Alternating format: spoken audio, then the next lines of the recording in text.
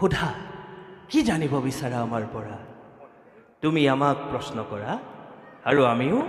যথাযথ ইয়াৰ উত্তৰ দিম হে ৰাজন এতিয়া তুমিও আসন গ্ৰহণ কৰা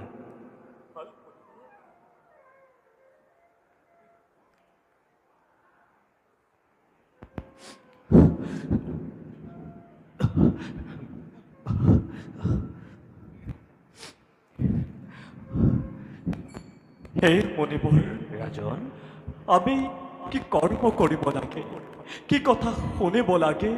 কাক স্মৰণ কৰিব লাগে কোন দেৱতাক ভজিব লাগে আৰু কোনবোৰ কথা শ্ৰৱণ কীৰ্তনৰ যোগ্য নহয় মণিবৰ ৰাজন মণিবৰ তুমি যি প্ৰশ্ন কৰিছা এয়া মানৱৰ সবাতোতকৈ শ্ৰেষ্ঠ প্ৰশ্ন মণিবৰ জগতৰ বহুতো ঋষি মুনিয়ে ব্ৰহ্মা শিৱ দুৰ্গা আদি দেৱতাসকলক মণিবৰ শ্ৰেষ্ঠ বুলি ভাবে মণিবৰ কিন্তু সেয়া সত্য নহয় কেৱল নাৰায়ণ হে সমস্ত জগতৰ কাণ্ডাৰী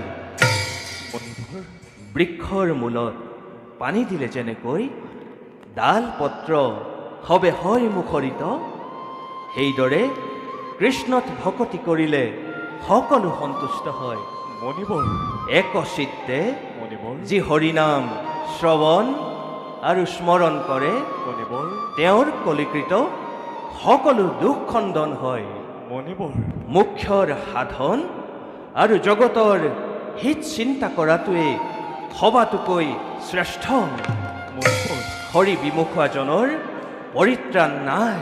মণিবৰ মুখ্য সাধনৰ বাবে একচিত্তে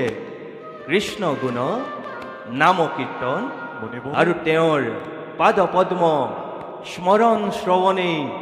জীৱন জন্মৰ সফল মণিবৰ মুখত ৰাম নাম সকলো সময়তে হৰি কথাত যাৰ প্ৰেম তেৱে